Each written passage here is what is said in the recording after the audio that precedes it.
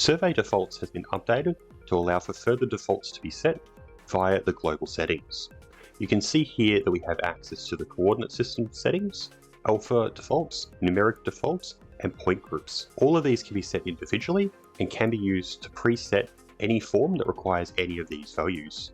By using the drop-down, you're able to see a list of either the current defaults, if you've just installed the software, or if you've created your own defaults, such as creating your own alpha or numeric list, you're able to pick those from these drop-downs also. If you're wishing to export your settings from one computer to another, you are able to use the export settings command found here. By running this, you'll be prompted to select a location and to provide a file name for your exported settings.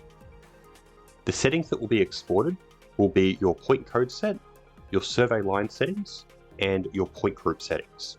Any other settings, such as your layers or your blocks, will need to be imported separately. You can see I already have a file exported here, so let's look at importing that. I'm going to cancel out of export and switch over to import settings.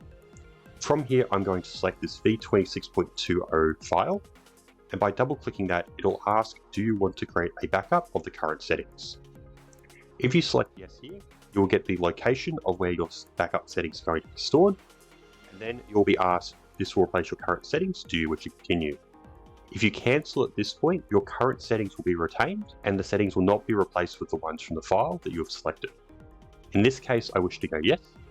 The settings have been imported successfully, and if I drop down the code set now, you can see I have a brand new v26.20 code set ready to be used by this drawing.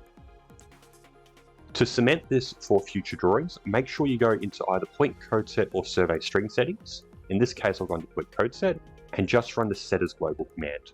This will set your settings for any future drawing templates and only needs to be run once for both your survey string settings and your point code set.